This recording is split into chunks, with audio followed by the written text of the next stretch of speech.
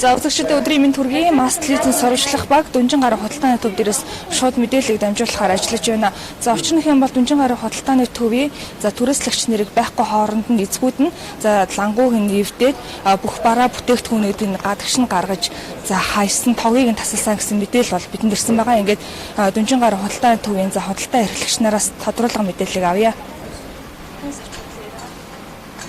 Чимгээ.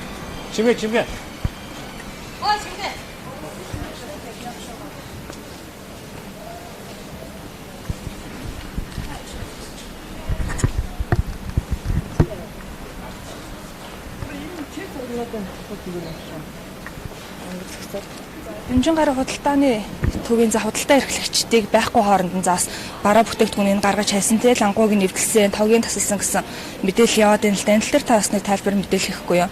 Бид нар 2019 оны 11 сарын 3-нд бол албатан гар гаргана гэсэн тийм мэдгдэх хуудас биднэрт өгсөн. Тэгээд орой 11 оны 3 сар биш сандарчлаа. За би ярив.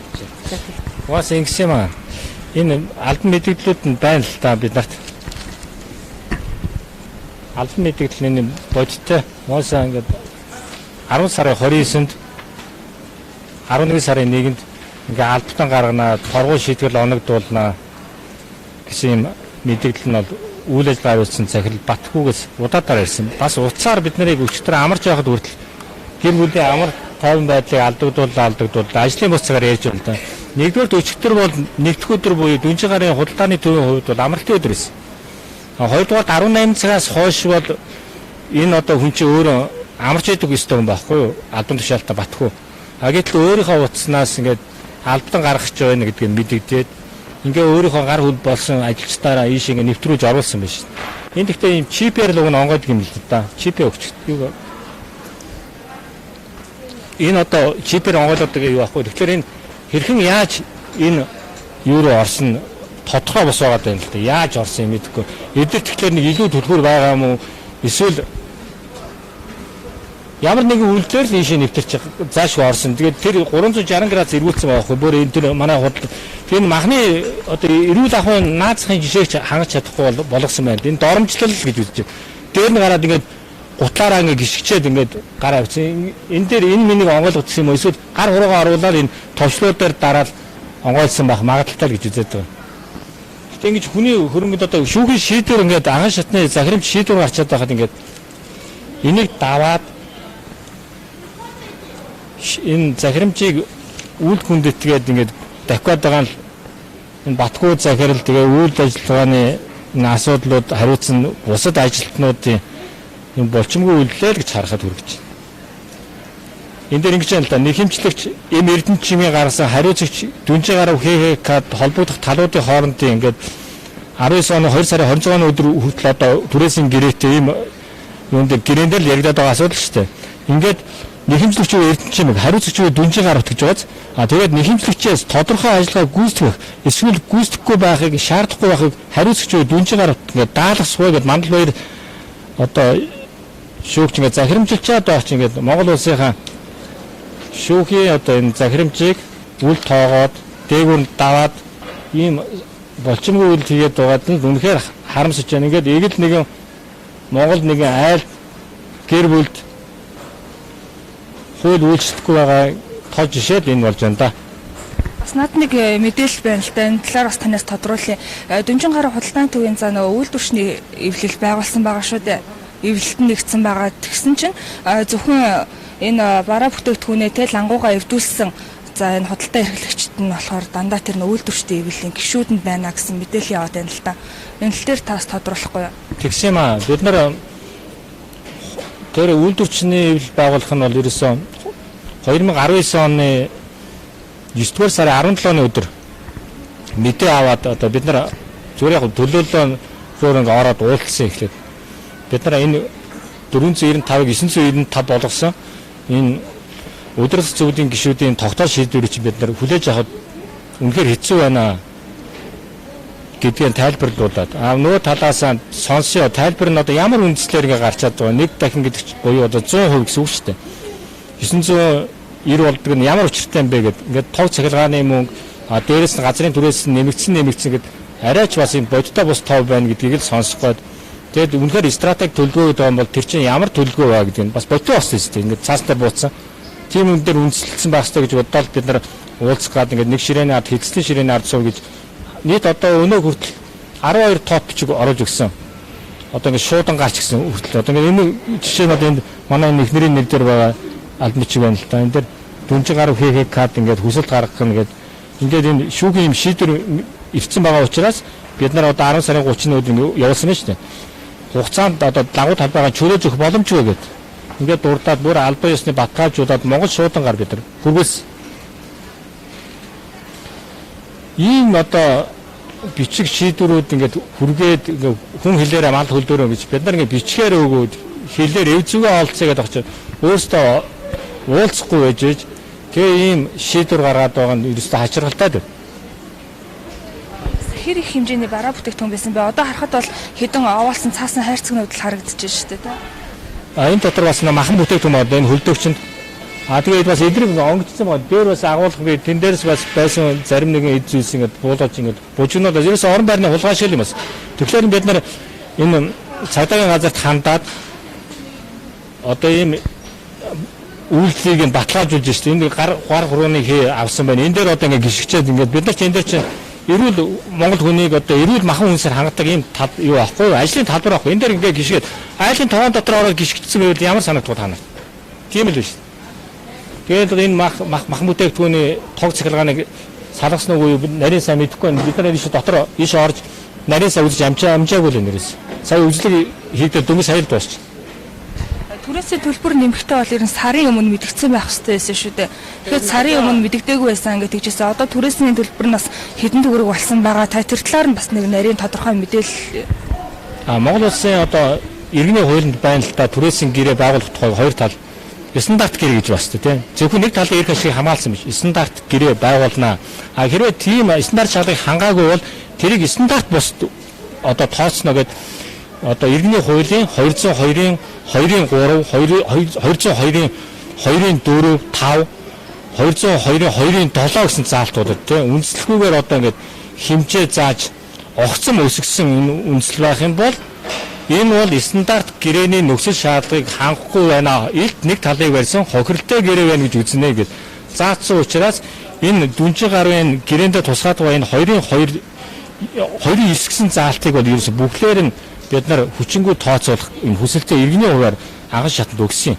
Тэр ч үүднээсээ ингээд захирамж гараад даалгацсан байна шүү дээ. Гэтэл юм даалгасан ерөөсөө ингээд үзээгүй хараагүй гэдэг шалтгаанаар ийм үйл хийж болохгүй. Өнөөдөр бол гардуулаад Батхүү захиралд өгсөн байна. Шүүгийн шийдвэрээс одоо хоёр ажилтан ирээд албан ёсоор гардуулж өгсөн. Тэгэхээр энэ байдалтай одоо Батхүү захирал бол хариуцлага тооцоолох ёстой. Монгол улсын шүүх шийдвэр үйлчлэх юм бол Батхүү захиралч бас давхар үйлчлж явах хэрэгтэй. Ингэж л бид нар та бүгд хандаад энэ үнэн бодит байдлыг газар дээрээс суралцлаач гэсэн хүсэлтэд тавьсан шүү. Хамт битүүмжсэн байна. Хамт явах уу? Тий. Хамгийн гол нь ийм байгаа байхгүй юу? Эдгээр чинь яагаад байгаа гэхээр ерөөсөө ингэж үйлдвэрчний бид нар чинь сайн дурын үндсэн дээр Монгол улсын иргэд сайн дураараа эвэлдэн нэгдэж одоо эрх чөлөөгөө одоо хамгаалуулах, эрх ашиг хамгаалуулах ийм үүрэгтэй шүү дээ, эрхтэй шүү дээ. Тэгэхээр бид нар эрхээ л эдэлсэн. Үндсэн үйл заасан байна, тодорхой заасан байна. Тэгээ бидний эрх ашиг зөрчиж байгаа учраас түрээслэгч нар бид нар дотроос ингээд үйлдвэрчний гэж байгуулад төлөөлөгч удирдах зөвлөлөө батлсан байна. Тийш зөв тийш юм. Тэгээ ингээд байгуулсан байхгүй. А гэтэл яасан толгойлж байсан хүмүүст удаа бичиг өгч одоо ингээд алдан гаргана гэдгийг хэлж энэ бол ерөөсөө юу шүүгч явцдал ингэж хүчийг сааруулах гэсэн ингээд өөрийнхөө энэ одоо шийдвэрийг бусдад тулгах гэсэн тэгээ шинэ гэрээгээд одоо гэрээ байгуулуулчихад байгаа юм л да. Яагаад гэвэл бүр ингээд тодорхой хугацаад бид нарт 8 хоногийн хугацаад байсан ерөөсөө 8 сарын 25-нд ирсэн бичгийг чинь бид нар энд байгаа. Манай энэ удирдах зөвлөлийн одоо зөвлөх гишүүн тэгээ Пүрбаатар ахын лагуун юм л да. Гэхдээ Пүрбаатар ахын лагуунд гадаа би сая тэнд чипээр онгойлгож үзүүлж штэ. Тэгэд эднийхийг бүр огт цахилгааны салгацсан. Манайх бол нөө хүнс учраас тэр чин гэмтүүл түргэн муудах бүтээгдэхүүнүүд байгаа ш. Тэгэхээр эдгээр бас тэрийгээ мэдээд яагаагүй л да. Тог цахилгаан салгаагүй магадгүй. Гэхдээ яг би сайн нарийн сайн хэлж мэдэхгүй энэ манай хүнсэн дээр юу болоод байгааг би одоо орж үзэн. Харахад бол одоо бүгдийн хугацааны луутан тэгээ баглцсан байгаа харагдчихна шүү дээ. Тэгээ бүр тэр яатсан мөн баглаад бүр скотчтод ороцсон мөн шүү дээ. Тэгэхээр энэ бол тий. Тэгээ энэ хажууд хөршүүд нь бол ингээд яаж орсон гэдэг сонирн байна. Камер энд байгаа. Энэ камер дэш хагаад байсан. Эдгээр яг ясам дээр хаагуур нь яаж орсон гэдэг юм. Камерууд бол энэ ерөөсөө камерцсан бүхэл бүтэн объект дээрээс нь гадна талдаа одоо хамгаалтын системтэй харуулын 4 пүтгэхтэй амун дотор үйл ажиллагааг хянах камертай байхгүй хамгийн сүүлийн тоног төхөөрөмж. Амун галын аюулгүй нөхцөлийг хангасан юм юунуудтай тохиолын системтэй. Тэгэхээр энэ хамгийн одоо сүүлийн үеийн гэдэг байгаа энэ харуул хамгаалалтын албаны энэ объектыг л ингээд нэвтрээд үйл үзэгдэгч бид чинь ингээд нэвтрээд орчоод байгаа л энэ талаараа дүнжин гарвын зүгээс тайлбар хийсэн үү та нарт? Бид нарт бол одоо өчигдөр амралтын өдөр байсан. Тэгэхээр тэр амралтын өдөр ажлын бус цагаар Батхуу захирал өөрөө ярьсан. Манай гэр бүлийн хүн рүү юу гэж ярьсан бэ гэхээр ерөөсөө ирж одоо албан гарах гэж байна. Бараа материалаа хажууд нь дэгдэн байж байгааг гаргаа гэсэн. Уулзах боломжгүй. Өнөөдөр бол амралтын өдөр байна. Цаг одоо орой болсон байна. Ажлын цаг дууссан байна. Бид нар наадах чинь өглөө очиж шийдвэрлэнэ. Өглөө очиод одоо албан ёсоор биеийг харж байгаад шийдвэр гаргая л гэж. Ийм л нөхцөл байдал. Бид нар харааг учраас арай л хэтрүүлчихээ. Эдгээр бол арай бас хэм хэмжээгээ хэтрүүлчих. Үнэхээр хэтрүүлчих. Харамсалтай. Анх бас түрээсийн гэрээ байгуулахдаас нь чип ч одоо ганц хувьгүй л та нарт өгсөн байлгүй дээ. Тэр илүү хувь байдгаа гэдэг өөртөө хэлчихсэн үү? Илүү хувь байхгүй шүү дээ. Угаасаа бид нарт ингээд 100 сая төгрөгийн чинь нэг чип чинь 100 сая төгрөгийн үнэтэй байхгүй. Тэгээ 2 чип манайд өгсөн, хүлээлгэж өгсөн. Тэгээд бэлта энэ 6 м квадрат талбайгаа бид нарт бол өстой эзний ёсоор хүлээлгэж өгчөөд одоо эргүүлж авахтаа ингээд эзний бус сэтгэлээр хандаад эдгээр өөрсдөө баг эвдэж орсон байна шүү дээ. Тэгэхээр ингэж бид нарыг ч хүртэл ингээд хайрлж хамгаалаарай гэж ингэж загчаад өөрсдөө хайрлж хамгаалгүйгээр эвдэж яаж орсон мэдэхгүй одоо энэ задлж барьж л орсон л байх л да. Гэтэ хүний энэ хөрөнгөнд ингээд өөр юм шиг хүйтэн сэтгэлээр хандаад ингээд юм эвдээд задлаа тавьсан байгаад л хамгийн сонир санагдчихэв да ер нь хэлж байгаа. Метр квадратынх нь үнэ хэд үйж байгаа хэд болтлоо өсчлөө. За 14 онд бол 350 сая төгрөг. А бүр бид нарыг 13 онд ороход за сая 500 тэгээд 800 мянга тэгээд 350 тэгээд 495 17 оны 2 сарын 26-наас эхлээд 495 шүү. Одоо сая мэдэгдсэн нь бол ерөөсөө тууцын гишүүдийн тэр зөвлөл нь 8 сарын 25-нд хуралдсан түрүүнд хэлсэн. Тэр мэдэгдлэл ерөөсөө бид нарт 9 сарын 17-нд буюу тэгээ 25-нд бид нар чинь бас яагаад байгаа шинэ гэрээнд гарын үсэг зураг гэдэг. Тэгэхээр 8 хоног бас 17-оос 25 гэхээр 8 хоногийн хугацаанд бид нар амжихгүй шүү дээ. Бид нар дараагийн ажлын байраа бэлдсэн байх шүү дээ. Бид нар шийдвэр гаргахтаа бас гэр бүлийнхэнтэйгээ цаад бизнесийн төлшөөтэй зөвлөдсөн байх шүү дээ. Ийм байхад бид нарт хүн ёсоор хандаагүй шүү дээ. Сарын өмнө уламжлал хэлсэн бол бид нар чинь бас наануу цаануу хандаг газрууд нь хандаад ингээд бас нэг зарим нэг алхмуудаа цэгцэлсэн байх нэ. Тэгтэл ийм цэгцлэх боломж олгосонгүй л дээ. Болно. Гадаад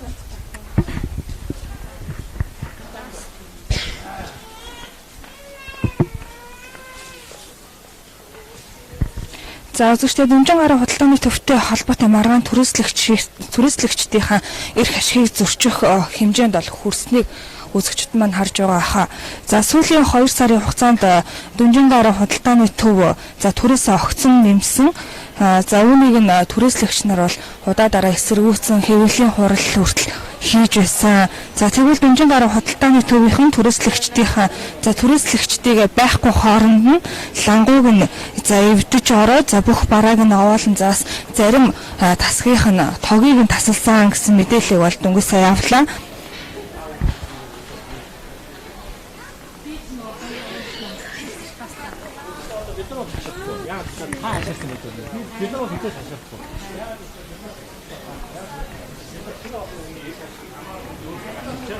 Өөртөө анаа бодоод бодлоо бид нар бол зөвхөн саналууд хийж байсан уу гэж хан асуулт байна. Бид нар одоо зөвшөөрөлтэй 2 ширийн асуулт ямар ч бодлого байгаа. Бид нар бодлогддаг ч юу. Яасан гэдэгт ирээд дахиад бид нар яалтж байна. Бид нар үсэг яалтж яа. Хүний төлөө яваад явсан шиг явъя гэж хэлчихсэн. Яг тэр үйлдвэрчний тэр олон гишүүдийн юу одоо өмгөл хамгаалал болчоод бид нар өөрсдөө чадна гэж явчаад сүүлд нь бид нар чадахгүй нэ эдгт ялагчлаа гэж зогсож байгаа их надад бол үнд алга. Тийм явсан туунтай хүч биш. Тэр надад болоод манай үйлдвэрчний хорооны гишүүдэд итгэх хэрэгтэй таа үед. Одоо манай төлөөл түрээс асууж байна. Одоо юу болоод байна? Бид нар бол өмнө нь бол ялагдж үтсэн. Тэгэхээр бид нар та нарыг бас дахиад бас эдгээр гарцаагүй ялчих юм шиг байгаа гэж байна л да. Үгүй ялагдахгүй бид нар худалдагдахгүй. Яагаад гэвэл бид нар үнэн бодиттой юм тэгээд түрээслэгчдийнхээ эрх ашигыг хамгаална гэж л бид нар үнэхээр эвлдэж нэгдэж ингээд тамга тэмдэгтэй гарын үсэгтэй бүртгэл гэрчлэгээтэй бас улсад бүртгэгчээд байна шүү дээ эрх ашиг хамгааллуудыг.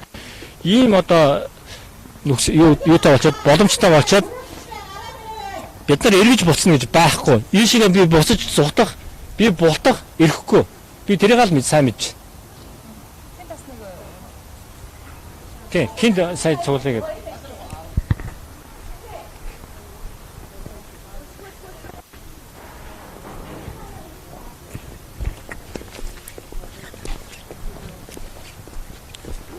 Бусад бас захууд ингээ байж байгаа тийм. Бусад захуудын эрх ашиг яаж нураасан бэ гэхээр би бас домог биш одоо ойхны жишээ сонсч байсан л да. Хүчил шонхор зах юм. Би ч өөрөө нөө махан татахын тулд өдөр болгон хүчил шонхорын тэр талбайраа ордог юм л да. Тэр хугацаанд юу сонсч байна вэ гэхээр тэд нар бас ингээд түрээс нь одоо ингээд нэмэгдэхт нь бас ингээд үйлдвэрчнээ байгуулсан байна. Гэтэл яасан нэгдэж чадаагүй. Тэд нар ялагдсан. Толгойж явсан хүмүүсийн намдсан байхгүй. Тэгэл намд дарсан. Энэ мэтлэнгээр энэ бол ерөөсөө Монгол улсад хэрэгжээд бүр ингээд хэвшил болсон юм ялзарцсан тогтолцоо байхгүй. Яг тэмцэж байгаа хүмүүсийг ингээд суулаад намждаг. Тэгэл бус нь нам дарагддаг. Ийм байж болохгүй. Угаасаа би ийм байдаг гэдгийг мэдсэн боловч анхааруулад байхад нь би бол тийм хүн биш. Би эцээ хүртэл явна. Над хүмүүс итгэсэн учраас надад ухрах зам байхгүй гэж түн хэллээ шүү дээ. Би яг тэгжид явна. Би хизээч ухрахгүй. Зоригтой хүрнэ.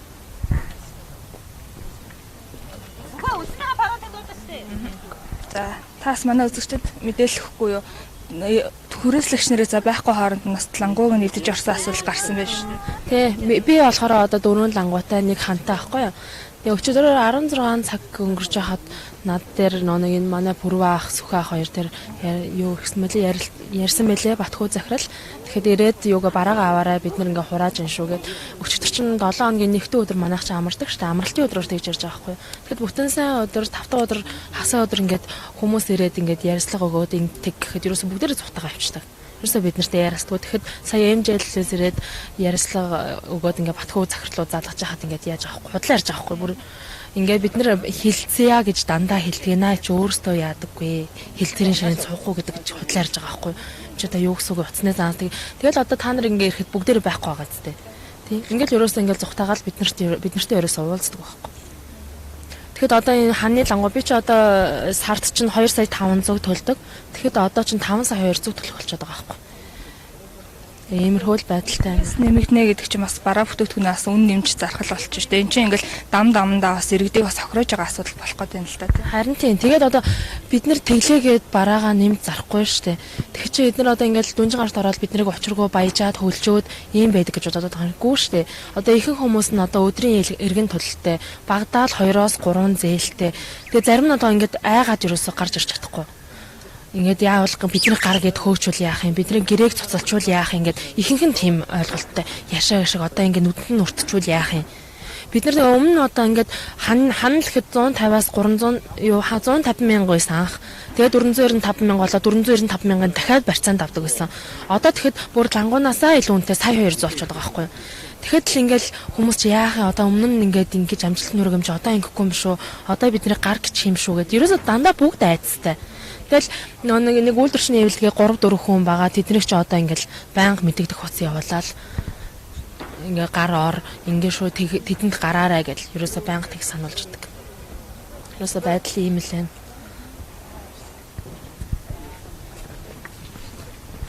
Танаас нэг тодруулга авчидах уу? Сайн байна. Түрээслэгч нэрээ байхгүй хооронд зарим түрээслэгч нэрийн залгаагүй нэвдэж орсон асуудал гарсан байна шүү дээ. Энэ дээр таас өөр. Тийм бид нар 7 хоногийн нэгд өдөр ганцхан амардаг юм. Тэгээд өцгөдөр үйлдвэрчний хэвлэлийн хорон дараа босох хотыг зөвлөх Пүрэв Баатар хоёрлоо уцтаад та нарын лангуу павильоны чинь гаргах гэж гаргалаа ирж ямаа гаргаа бид нар гаргаж ирсэн гэсэн. Бид нар өнөөдөр амардаг өдөрчтэй гэр орны минь 50 байлгаач ээ. Яагаад та нар ингэж байгаа юм бэ? Гэт зарим нь болохоор үгүй та нар хүний юмд ирэх дураараа хандах ирэхгүй би очихгүй гэт гисэн баггүй юу? Тэгсэн байгаа юм. Тэгсэн чинь өглөө ирсэн чинь павильоныхын дээдлийн амнасыг дээврийн дээдлийн тэр нэг агуулгын эсгэладны төмөр мөмрийг аваад тэрүүгээр нь ороод тэгээд махны лангууг ингээд бүх тоног төхөөрөмж бүх юм ингээд бөөгнүүлээд ингээд халдцсан хувийн өмчөд халдцсан байгаа юм. Павильонд дүнжин гарыг хойж болно. Доторх нь хүний хувийн өмч. Тэр хүн махны машиныг 3-4 сая төгрөгөөр мах яс хэрчдэг машиныг авахд эднийх дүнжин гараас аваагүй шүү дээ. Өөрийнхөө юм шиг тэгэж одоо дотор нь орж буснуулсан байгаа юм. Пүрэв Баатарын бүх хувцснуудыг голд нь аваалаад тэгээ тавьсан байгаа. Нэг түлхүүр одоо уул нь ер нь одоо баргалж 2 түлхүүр байхгүй дээ. Дандаа л нэг түлхүүртэй байх хэрэгтэй. Тэгээ одоо ямар журмаар одоо тэгээд баргалж холгын журмаар ингээд ороод доторх юм буснуулсан байгаа байхгүй юу. Энэ бол одоо ерөөсөө маш том хариуцлагыг одоо зөрчиж чинь гэсэн үг шүү дээ хуулийг. Хүн болгонд одоо түлхүүр байгаа шүү дээ. Өөрөөсөө өглөө ирэл онгоолгодог. Гэтэл одоо ямар за яг тэр махны лангууг дээгүүр нь ороод аваа хийчихдээ мэн онгоолгоо та нар түрүүн зургийг авсан байх. Гэтэл хувцсны лангууг одоо яасан юм? Ямар журмаар хаагуур норцсон мэдэхгүй. Одоо тэгэхээр ер нь нэгэн бодлын бид нар одоо хамгаалттай гэж байгаа хамгаалт найдахарг болсон байгаа үстэй. Нийт хичнээн лангуугаас ингэж эвдэж орсон юм шиг байна. Ер нь бол одоогоор бол 2 л байна л та. Тэгээд 11 сарын 8-нд намайг гаргаараа гэсэн баргалж тэр бахуулах байгаа ганц албан нэрснээ танах 11 сарын 8-нд гарахаа мэднэ үстэй гэсэн манай худалдагч би мэдэхгүй гэсэн гэрээ хэний нэр дээр байд ингэж бас байцаалд авсан байлээ. Тэгсэн чинь манай дүүгийн нэр дээр байд гэсэн чинь 11 сарын 8-нд гарах шиг ойлгосон өгчөөд яваад гисэн байгаа юм. Энд чинь одоо бид нар чинь анханасаа шүүхийн шийдвэрт хандаа цөмөрөө бүх дээд удирдлагуудаа хамтлаа, шүүхийнхаа шийдвэрт хамтлаа, шүүхийн шийдвэр мөн эхнийх нь хүнээс авахулаад хэрэг үүсгээд шүүхийн шийдвэрийн бичиг гаргаад шүүхийн шийдвэрийн гүйцэтгэлийн газар өгөө тэр нь өнөө өглөө Батгуу захирал хүргэж өгсөн байгаа. Гэтэл түрүүн Батгуу захирал бас бичлэг хийгээ уцаа шууд яриад ясан чинь бид нар хилцээ төрий гэж зөндөө ярьсаа эдгээр өөрсдөө ирэхгүй байгаа. Тэгэж болохгүй ш. Ард түмний улаан цам хөтлөж болохгүй штэ. Ард түмэн чинь толгойтой, оюун ухаантай, мэдлэгтэй бүгд өрөөл татангаа биш штэ. Оюун хамсалтай биш штэ. Үнэн чанартай үндсэн хуулиндаа ард иргэдийнхээ эрхийг хамгаална гэдэг төргүү нийгэм гэж байхгүй, нийгэмгүй ард түмэн гэж байхгүй, төргүү ард түмэн гэж байхгүй. Үнэн чанартай энэ төр хууль хоёр чинь ард түмэн л хэрэгжүүлдэг юм байна. Ард түмнээс дээшээ дунд түвшнээс дээшээ гарсан бол хэзээ ч хэрэгждэг юм байна. Би тэгж ойлгож байгаа шүү дээ.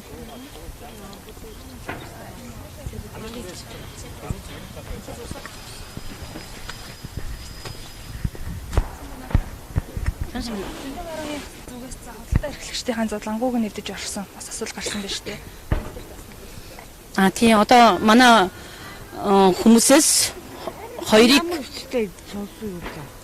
хоёрынх нь юуг яачлаа нэг бэж иргээ ярьдаг.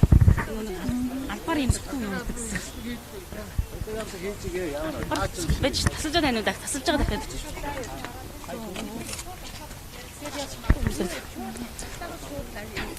Өнөөдөр монголчууд одоо Монголынхаа нутаг дэвсгэр дээрээ ажил хөдөлмөр эрхэлж чадхаа болох нэ ер нь.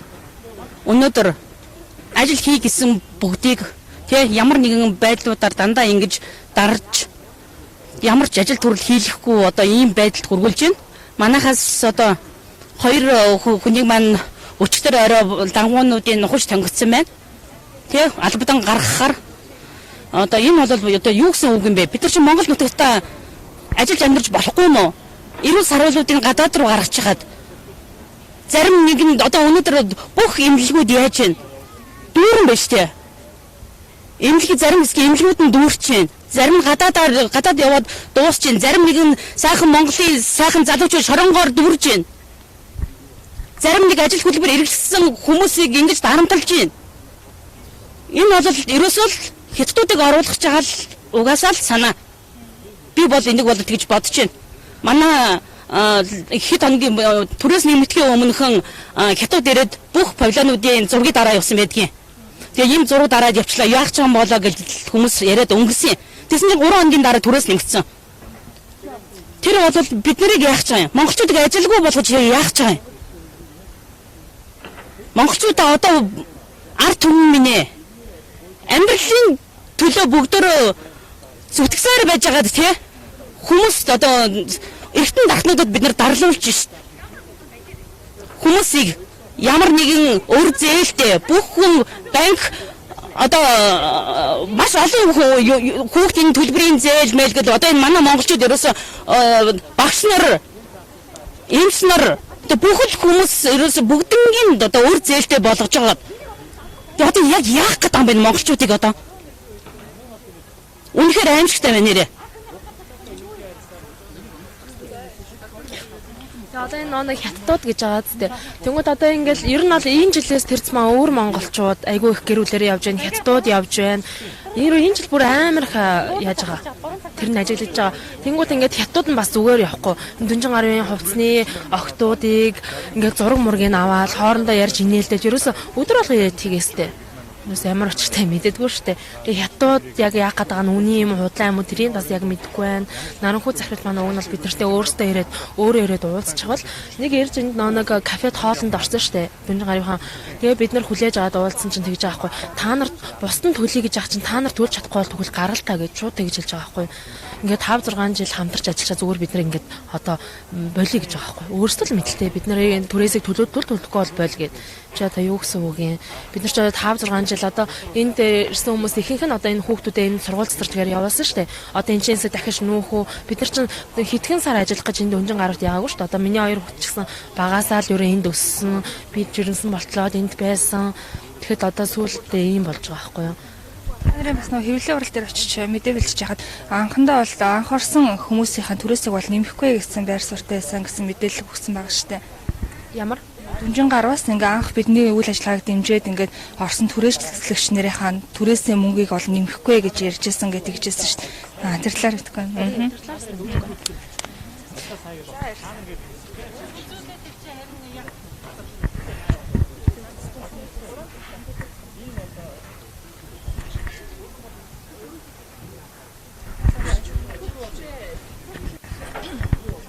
За зөвхөн Masstv-ийн сурвалжлах баг Дүнжин гарын худалдааны төвийн за худалдаа эрхлэгч нараас тодруулга мэдээлэл хүргэлээ. За учрах юм бол за Дүнжин гарын худалдааны төвтэй холбоотой маргаан за түрээслэгчдийн эрх ашиг зөрчих хэмжээнд бол хүрснийг нь яг одоо үзэгчид маань харж байна. За сүүлийн 2 сарын хугацаанд тус төв түрээсээ огцом нээснийг түрээслэгч нар бол удаа дараа эсэргүүцсэн. За хэвлэлийн байх хурлыг хүртэл хийж гадаад жагсаал цуглааны хүртэл хийсэн. За тэгвэл Дүнжин гарын худалдааны төвийнхэн түрээслэгчтэйгээ за байхгүй хооронд нь за өчигдөр буюу нэгдүгээр Дүнжин гарын худалдааны төв бол амардаг өдөр байгаа. За амардаг өдөр нь хүмүүсийг байхгүй хооронд лангууг нь эвдэж ороод за бүх барааг нь аваална. За зарим тасгийнх нь бол товыг нь тасалсан гэсэн мэдээллийг бол Дүнжин гарын худалдааны төвийн за түрээслэгч нар өглөө Masstv-с газар дээрээс нь шууд дамжуулан өргөлөө үзэгчтэй.